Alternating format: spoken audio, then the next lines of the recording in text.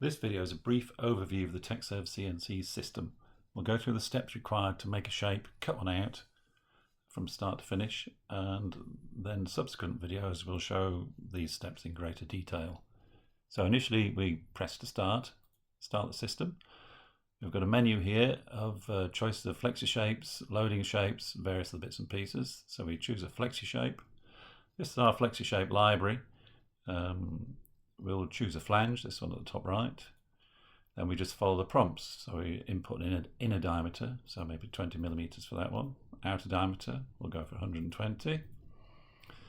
Bolt PCD, 80. Bolt diameter, 15. And we'll have 5 holes with a 5 millimeter lead in, so it pierces in the scrap. So there's our shape. If we've got anything wrong, we can edit these numbers just simply by tapping on them. So we'll change the number of holes to 4. So there's our shape. We click next. We've now got a choice of mirror, rotating or scaling it. We don't need to do that because we've designed it to size. So we click next. This is our plasma setup page. So we type in the material thickness in the top right hand corner up here. So 10mm material. This sort of gives us a choice of currents to cut out, 70 amps, 110, 130, all cut 10mm, and you choose which current you want to use depending on what consumables you've got available, what consumables are in the plasma, and the quality of the cut you want. Generally speaking, the lower the current, the better the cut. Once we're happy with that, in this instance, it's connected to, it's not actually on, but it will be connected to a Chibora IQC 130 plasma. It will automatically set the current on the plasma for us, so that will illuminate green. So we press next. This is our run screen. We've got a number of origins here which relate to the corner of the plate where we want to start. We'll go into this in greater detail in a subsequent video, but for this instance we'll just choose this origin down here on the bottom right and press to start. We're in test mode at the moment, so it'll just go around a shape in test mode, so it's not actually cutting, but we can see the shape's being followed by the yellow dot and the red line.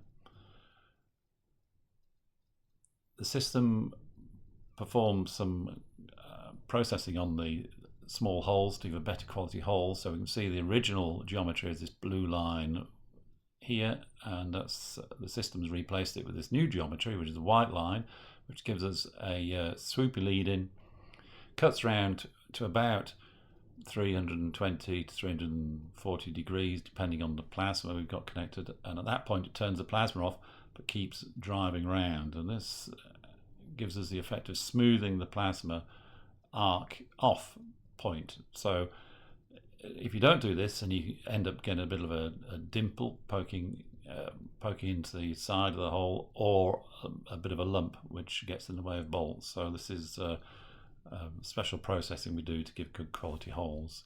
This is automatic on this system, so if the system recognizes a hole, it'll do that automatically. It also reduces the speed, freezes the height sense, and applies a small amount of kerf allowance to compensate for the reduced speed.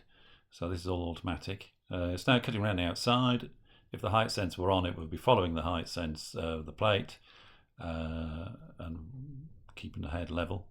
Once it's finished, we then get a choice of returning to origin if we want to cut another one, or repeating. So if we repeat and select the distance, the direction we want to go, it will then position the head further up on the plate, ready to cut another one.